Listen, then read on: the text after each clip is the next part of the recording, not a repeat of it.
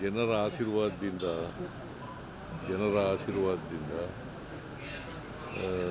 ನಾಳೆ ಆದರೆ ದೇವರಾಜ ಅರಸರವರು ಏನು ದೀರ್ಘಕಾಲ ಮುಖ್ಯಮಂತ್ರಿಯಾಗಿದ್ದರು ಅದನ್ನು ಸರಿಗಟ್ಟತಕ್ಕಂಥ ಕೆಲಸ ಆಗ್ತದೆ. ಒಂದೇನಪ್ಪ ಸಂತೋಷ ಅಂತಂದರೆ ದೇವರಾಜ ಅರಸರವರು ಮೈಸೂರು ಜಿಲ್ಲೆಯವರು, ನಾನು ಮೈಸೂರು ಜಿಲ್ಲೆಯವರು. ಬಟ್ ಅದೆಲ್ಲಕ್ಕಿಂತ ಹೆಚ್ಚಾಗಿ ಸರ್, ಇಬ್ಬರು ತಳ ಸಮುದಾಯದಿಂದ ಬಂದು ಈ ಥರದ ವ್ಯವಸ್ಥೆಯಲ್ಲಿ ಈ ಲೆವೆಲ್ ಬಂದಿರುವಂಥ ಸರ್, ಈಗ ನೀವು 78ರಲ್ಲಿ ತಾಲೂಕು ಬೋರ್ಡ್ ಮೆಂಬರ್ ಆದಾಗ ಇದನ್ನು ನಿರೀಕ್ಷೆ ಮಾಡಿದ್ರೆ ಈ ರೀತಿ ನಾನು ನಿರೀಕ್ಷೆನೇ ಮಾಡಿರಲಿಲ್ಲ. ನಾನು ಚೀಫ್ ಮಿನಿಸ್ಟರ್ ಆಗ್ತೀನಿ ಅಂತಲೂ ಇಲ್ಲ, ಮಿನಿಸ್ಟರ್ ಆಗ್ತೀನಿ ಅಂತಲೂ ನಿರೀಕ್ಷೆ ಮಾಡಿರಲಿಲ್ಲ. MLA ಆಗಬೇಕು ಅಂತ ಅಂದ್ಕೊಂಡಿದ್ದೆ ಒಂದು ಸಾರಿ, ತಾಲೂಕು ಬೋರ್ಡ್ ಮೆಂಬರ್ ಆದಮೇಲೆ MLA ಆಗಬೇಕು ಅಂತ ಅಂದ್ಕೊಂಡಿದ್ದೆ. ಸೊ ಈಗ 8 ಚುನಾವಣೆಗಳಿಗೆ ಗೆದ್ದಿದ್ದೀನಿ. 8 ಚುನಾವಣೆಗಳಿಗೆ 2 ಪಾರ್ಲಿಮೆಂಟ್ ಸೋತಿದ್ದೀನಿ, 2 ಅಸೆಂಬ್ಲಿ ಸೋತಿದ್ದೀನಿ. ಸೊ 4 ಚುನಾವಣೆಗಳು, 12 ತಾಲೂಕು ಬೋರ್ಡು ಸೇರಿ 13 ಚುನಾವಣೆಗಳು ಗೆದ್ದಿದ್ದೀನಿ, 13 ಚುನಾವಣೆಗಳು ಮಾಡಿದ್ದೀನಿ. ಅದೇ ನೀವು ತಳ ಸಮುದಾಯದವರು, ದೇವರಾಜ ಅರಸು ತಳ ಸಮುದಾಯದವರು, ಈ ವ್ಯವಸ್ಥೆಯಲ್ಲಿ ಈ ಲೆವೆಲ್ಗೆ ಬಂದ್ರೆ ದೊಡ್ಡ ಸಾಧನೆ ಅಲ್ವಾ? ಅವರು ಸಾಮಾಜಿಕವಾಗಿ ಹಿಂದುಳಿದವರಲ್ಲ ದೇವರಾಜ ಅರಸು, ಸಾಮಾಜಿಕವಾಗಿ ಮುಂದುವರೆದವರು ಅವರು. ಯಾಕಂದರೆ ಅರಸು ಇದೆಯಲ್ಲ, ರೂಲಿಂಗ್ ಕ್ಲಾಸ್, ಪಾಪ್ಯುಲೇಷನ್ ವೈಸ್ ಕಡಿಮೆ, ಪಾಪ್ಯುಲೇಷನ್ ವೈಸ್ ಭಾಳ ಕಡಿಮೆ ಇರ್ತಕ್ಕಂಥ ಪಾಪ್ಯುಲಾರಿಟಿ ಬಂದಿದ್ದಂಥ ಮುಖ್ಯಮಂತ್ರಿಗಳು. ಸೊ ಅವರು, ನನಗೂ ಅವ್ರಿಗೂ ಕಂಪ್ಯಾರಿಸನ್ ಇಲ್ಲ, no comparison between me and Devaraj Urs. ಸನ್ನಿವೇಶ ಬಂತು, ನಾನು ದೀರ್ಘಕಾಲ ಮುಖ್ಯಮಂತ್ರಿ ಆಗಿದ್ದೀನಿ, ಜನರ ಆಶೀರ್ವಾದ ಇತ್ತು, ಜನರ ಆಶೀರ್ವಾದದಿಂದ ಇಲ್ಲಿವರೆಗೂ ಬಂದಿದ್ದೀನಿ. ನಿಮಗಿದ್ದ ಸವಾಲುಗಳು ಅವ್ರಿಗಿರಲಿಲ್ಲ, ಸವಾಲುಗಳು ನೀವು ಎದುರಿಸಂತ ಪೊಲಿಟಿಕಲ್ ಸವಾಲುಗಳು, ರಾಜಕೀಯ ಸವಾಲುಗಳು ಅವರೇನ? ನೋಡಪ್ಪ, ಆ ಕಾಲ ಬೇರೆ ರಾಜಕಾರಣ, ಈ ಕಾಲ ಬೇರೆ. ಒಂದೊಂದು ಕಾಲಕ್ಕೆ ಬೇರೆ ಬೇರೆ ಇರ್ತವೆ. ಅವತ್ತು ಈಗ ನಾನು 83ರಲ್ಲಿ ಎಲೆಕ್ಷನ್ ನಿಂತ್ಕೊಂಡಾಗ ಜನರೇ ದುಡ್ಡು ಕೊಟ್ಟರು, ಓಟು ಕೊಟ್ಟರು. ದೇವರಾಜ ಅರಸರವರು ಮುಖ್ಯಮಂತ್ರಿ ಆಗಿರುವಾಗ, ಅವರು ಎಲೆಕ್ಷನ್ ನಿಂತ್ಕೊಳ್ಳುವಾಗ ಜನ ದುಡ್ಡು ಕೊಟ್ಟು ಎಲೆಕ್ಷನ್ನು ಮಾಡ್ತಾಯಿದ್ರು. ಒಂದು ಸಾರಿ ಇನಾನಿಮಸ್ ಆಗಿ ಗೆದ್ದಿದ್ರು 62ರಲ್ಲಿ. ಸೊ ಆ ಕಾಲ ಬೇರೆ, ಈ ಕಾಲ ಬೇರೆ, ಬದಲಾವಣೆ ಆಗ್ತಾ ಇರ್ತವೆ. ಬಟ್ ಈ ಅವಧಿ ಕಂಪ್ಲೀಟ್ ಮಾಡಿಬಿಟ್ರೆ ನೀವು ಆಲ್ ಟೈಮ್ ರೆಕಾರ್ಡ್ ಇನ್ನು ಯಾರು ಬ್ರೇಕ್ ಮಾಡೋಕ್ಕೆ ಸಾಧ್ಯನೇ ಇಲ್ಲ. ಅಂತೇನಿಲ್ಲ, ರೆಕಾರ್ಡ್ಗಳು ಯಾವಾಗಲೂ ಬ್ರೇಕ್ ಮಾಡೋದೇ ಇರೋದು. ಈಗ ಇವರು ಯಾರು ಕ್ರಿಕೆಟರ್, ಯಾರವರು, ಸಚಿನ್ ತೆಂಡೂಲ್ಕರ್, ವಿರಾಟ್ ಕೊಹ್ಲಿ ರೂಟ್ ಈಗ ಮಾಡಲಿಲ್ವಾ? ವಿರಾಟ್ ಕೊಹ್ಲಿ ಕಾಣ್ತಾ ಇಲ್ವಲ್ಲ, ಅದರಿಂದ ಯಾವುದು ಇನ್ನೊಬ್ರು ಬರೋದೇ ಇಲ್ಲ ಅಂತ ನಾನು ಹೇಳಕ್ಕೆ ಹೋಗಲ್ಲ. ಬರಬಹುದು, ನಮ್ಮ ರೆಕಾರ್ಡನ್ನು ಬ್ರೇಕ್ ಮಾಡ್ತಕ್ಕಂಥವ್ರು ಬರಬಹುದು, ಅಥವಾ ನನಗಿಂತ ಜಾಸ್ತಿ ಬಜೆಟ್ ಮಂಡಿಸೋರು ಬರಬಹುದು. ಹಣಕಾಸಿನ ಮಂತ್ರಿ ಸಿದ್ಧತೆಗಳು ಮಾಡ್ತಾ ಇದ್ದೀವಿ. ಯಾವಾಗಿಂದ ಸಭೆಗಳು? ಸಂಕ್ರಾಂತಿ ಆದಮೇಲೆ. ಸಾಧನಾ ಸಮಾವೇಶ, ಸಾಧನಾ 1000 ದಿನಗಳ ಸಾಧನಾ ಸಮಾವೇಶ ಏನು ನಾನು ಇನ್ನೂ ಯೋಚನೆ ಮಾಡಿಲ್ಲ. ಅದ್ರ ಬಗ್ಗೆ ಅಲ್ಲ, ಸರ್ಕಾರಕ್ಕೆ 1 ವರ್ಷ, 1000 ದಿನ ಆಗುತ್ತೆ, ಗೊತ್ತಿಲ್ಲ, ಯೋಚನೆ ಮಾಡಿಲ್ಲ. ನಮ್ಮ ಕೃಷ್ಣ ಬೈರೇಗೌಡ ಒಂದು ಫಂಕ್ಷನ್ ಮಾಡ್ತೀನಿ ಅಂತ ಹೇಳ್ತಾ ಇದ್ರು, ಗೊತ್ತಿಲ್ಲ ನನಗೆ. ಅವರು ಫಾರಿನ್ಗೆ ಹೋಗಿದ್ರು, ನಿನ್ನೆ ಬಂದಿದ್ದಾರೆ. ಬಂದಮೇಲೆ ಮಾತಾಡ್ತೀನಿ ಅವ್ರ ಜೊತೆ. ರೀಶಫಲ್ ವಿಚಾರದಲ್ಲಿ ಚರ್ಚೆ ಆಗ್ತಾ ಇದೆ ಸರ್. ರೀಶಫಲ್ ವಿಚಾರದಲ್ಲಿ, ಸಂಪುಟ ರೀಶಫಲ್, ಸಂಪುಟ ಪುನರಚನೆ ವಿಚಾರದಲ್ಲಿ ಮಾಡಲೇಬೇಕು. ರಾಹುಲ್ ಗಾಂಧಿ ಅವ್ರ ಜೊತೆ ಮಾತಾಡ್ತೀನಿ. ಮತ್ತೆ ಯಾವುದು ಅವ್ರು ಯಾವಾಗ ಕರೀತಾರೆ, ಜನವರಿನಲ್ಲಿ ಮಾತಾಡ್ತೀನಿ ಅಂತ ಹೇಳಿದ್ದೀನಿ.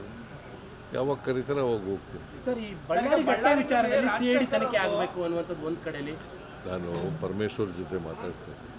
ನನ್ನ ಜೊತೆ ಮಾತಾಡಿಲ್ಲ ಅವರು, ಪರಮೇಶ್ವರ್ ಅವರು. ನಾಳೆ ಮಾತಾಡ್ತೀನಿ.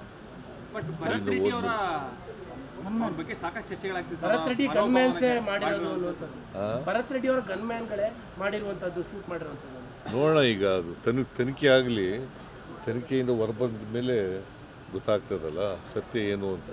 ಸರ್ ಎರಡೆರಡು ಬಾರಿ ಪೋಸ್ಟ್ ಮಾರ್ಟಮ್ ಆಗಿದೆ, ಏನಕ್ಕೆ ಅನ್ನೋ ಪ್ರಶ್ನೆ ಶುರುವಾಗಿದೆ ಸರ್. ಹಾಂ, ರಾಜಶೇಖರ್ ಅವ್ರದ್ದು ಎರಡೆರಡು ಬಾರಿ ಪೋಸ್ಟ್ ಮಾರ್ಟಮ್ ಮಾಡಿದ್ದಾರೆ, ಏನಕ್ಕೆ ಅಂತ ಪ್ರಶ್ನೆ ಎತ್ತಿದ್ದಾರೆ ಸರ್. ಈಗ ಗೊತ್ತಿಲ್ಲ ನನಗೆ, ಪೊಲೀಸ್ನವರು ಮಾಡ್ತಾ ಇದ್ದಾರೆ, ಅದು ನನಗೆ ಗೊತ್ತಿಲ್ಲ. ಸಿಟ್ಟಿಂಗ್ ನ್ಯಾಯಾಧೀಶರಿಂದ ತನಿಖೆ ಆಗಬೇಕು ಅನ್ನೋದು ಬಿಜೆಪಿ ಒತ್ತಾಯ. ಯಾರು? ಸಿಟ್ಟಿಂಗ್ ನ್ಯಾಯಾಧೀಶರು ಆಗಬೇಕು ನೋಡಿ, ನಮ್ಮ ಪೊಲೀಸ್ನವರು ತನಿಖೆ ಮಾಡಿ ಅವರಿಗೆ ಇನ್ವೆಸ್ಟಿಗೇಷನ್ ಮಾಡ್ತಾ ಇದ್ದಾರೆ. ಇನ್ವೆಸ್ಟಿಗೇಷನ್ ಮಾಡಿ ಗೊತ್ತಾಗಲಿ ಸತ್ಯ ಏನು ಅಂತ ಗೊತ್ತಾಗಲಿ, ಅದಾದಮೇಲೆ ಮಾತಾಡ್ತೀನಿ. ಸರ್ ಒಂದೇ ಒಂದು ಕ್ವಶನ್ ಸರ್, ಕೇಂದ್ರ ಸರ್ಕಾರ GST ಕಡಿಮೆ ಮಾಡುತ್ತೆ, ಇನ್ನೊಂದು ಕಡೆ ನರೇಗಾ ಹೆಸರು ಚೇಂಜ್ ಮಾಡುತ್ತೆ, ಇದರಿಂದೆಲ್ಲ ರಾಜ್ಯ ಸರ್ಕಾರ ಒಕ್ಕೂಟ ರಾಜ್ಯ ಸರ್ಕಾರಕ್ಕೆ ದೊಡ್ಡ ಅನ್ಯಾಯ ಆಗ್ತಾ ಇದೆ, ಕೇಂದ್ರದಿಂದ ದೊಡ್ಡ ಅನ್ಯಾಯ ಆಗ್ತಾ ಇದೆ. GSTಯಿಂದ ಸುಮಾರು 12ರಿಂದ 15 ಸಾವಿರ ಕೋಟಿ ಒಂದು ವರ್ಷಕ್ಕೆ ನಷ್ಟ ಆಗ್ತದೆ ರಾಜ್ಯಕ್ಕೆ. ಇದರಿಂದ ಇದೇನಾಗ್ತದೆ, ಎಂಟೈರ್ ಮನ್ರೇಗಾ ಕೇಂದ್ರ ಸರ್ಕಾರನೇ ದುಡ್ಡು ಕೊಡ್ತಾ ಇತ್ತು. ಅದು ಇವತ್ತಿನಿಂದಲ್ಲ, ಮನಮೋಹನ್ ಸಿಂಗ್ರವ್ರ ಕಾಲದಲ್ಲಿ ಪ್ರಾರಂಭ ಆಯಿತು. ಇದು 20 ವರ್ಷಗಳ ಹಿಂದೆ ಪ್ರಾರಂಭ ಆದದ್ದು, ಅವತ್ತಿನಿಂದ ನಡ್ಕೊ ಬಂದಿತ್ತು 20 ವರ್ಷಗಳಿಂದ. ಈಗ ಏನಾಗಿದೆ, ಮನ್ರೇಗಾ ಅದನ್ನು ರಿಪೀಲ್ ಮಾಡಿಬಿಟ್ಟಿದ್ದಾರೆ. ರಿಪೀಲ್ ಮಾಡಿ ಈಗ ಮಹಿಳೆಯರು, ಬಡವರು, ಸಣ್ಣ ರೈತರು ಅವರೆಲ್ಲ ಅವರೇ ಸೂಚಿಸ್ತಿದ್ರು. ಕೆಲಸ ಡಿಮ್ಯಾಂಡ್ ಇತ್ತು, ಈಗ ಡಿಮ್ಯಾಂಡ್ ಹೋಗ್ಬಿಟ್ಟದೆ. 100 ದಿನ ಅವ್ರಿಗೆ ಕೆಲಸ ಬೇಕು ಅಂತಂದ್ರೆ ಕೊಡಬೇಕಾಗಿತ್ತು. ಮತ್ತು ಇದು ಮೂಲಭೂತವಾದಂಥ ಹಕ್ಕು. ಈ ಮೂಲಭೂತ ಹಕ್ಕನ್ನ ಕಿತ್ಕೊಳ್ತಕ್ಕಂಥ ಕೆಲಸ ಮಾಡಿದ್ದಾರೆ ಕೇಂದ್ರ ಸರ್ಕಾರ, ಕಿತ್ಕೊಂಡಿದೆ. ಈಗ ಫೆಡರಲ್ ಸಿಸ್ಟಮಲ್ಲಿ ಈ ರೀತಿ ಮಾಡ್ತಕ್ಕಂಥದ್ದು ತಪ್ಪಲ್ಲ? It is totally wrong, it is unconstitutional, totally wrong. ಇದರಿಂದ ಏನಾಗಿದೆ, ರಾಜ್ಯಕ್ಕೆ ಎಷ್ಟು ದೊಡ್ಡ ನಷ್ಟ ಆಗುತ್ತದೆ ಅಂತಂದರೆ, ಇನ್ನು ಮುಂದೆ ಈಗ ಮಾಡಿರ್ತಕ್ಕಂಥ ಎಂಥದ್ದು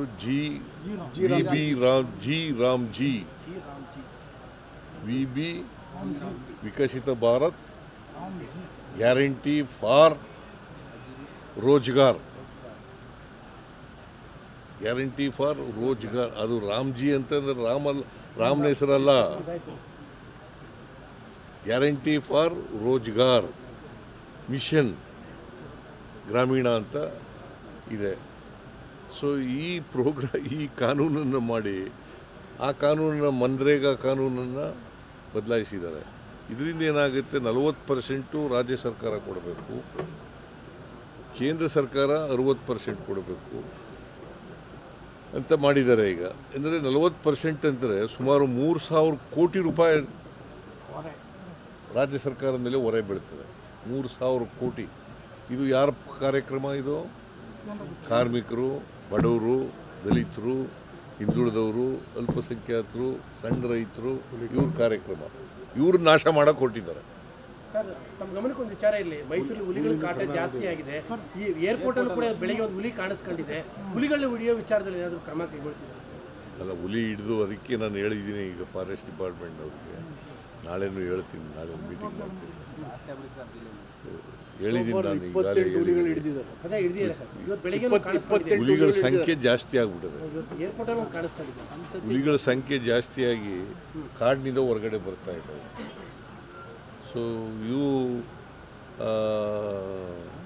ನಂಜನಗೂಡು ಕಡೆಯಿಂದ ಬಂದಿರತಕ್ಕಂಥದ್ದು ಅಂತ ಹೇಳ್ತಾರೆ. ಅದಕ್ಕೆ ಇಲ್ಲಿ ಕೂಡಲೇ ಅದನ್ನು ಹಿಡ್ದಾಕಿ ಅಂತ ಹೇಳಿದ್ದೀನಿ. ಕೂಂಬಿಂಗ್ ಆಪರೇಷನ್ ಮಾಡ್ತಾ ಇದ್ದಾರೆ, ಕೂಂಬಿಂಗ್ ಎಲ್ಲ ಮಾಡೋಕ್ಕೆ ಶುರು ಮಾಡಿದ್ದಾರೆ.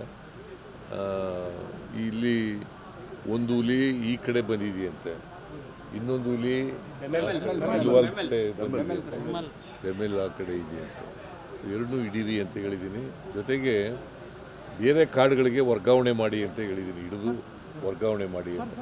ಸರ್, ಅರಮನೆ ಮುಂದೆ ಬಲೂನ್ ಬ್ಲಾಸ್ಟ್ ಆಯ್ತಲ್ಲ, ಅಲ್ಲಿ ಇಬ್ಬರು ಅಮಾಯಕ ಲೇಡೀಸ್ ಸತ್ತಿದ್ದಾರೆ, ಅವರಿಗೆ ಸರ್ಕಾರದಿಂದ ಪರಿಹಾರ ಕೊಡ್ತೀವಿ 5 ಲಕ್ಷ ಕೊಡ್ತೀವಿ ಪರಿಹಾರ. ಹೊಸ ವರ್ಷ ಶುಭಾಶಯಗಳು.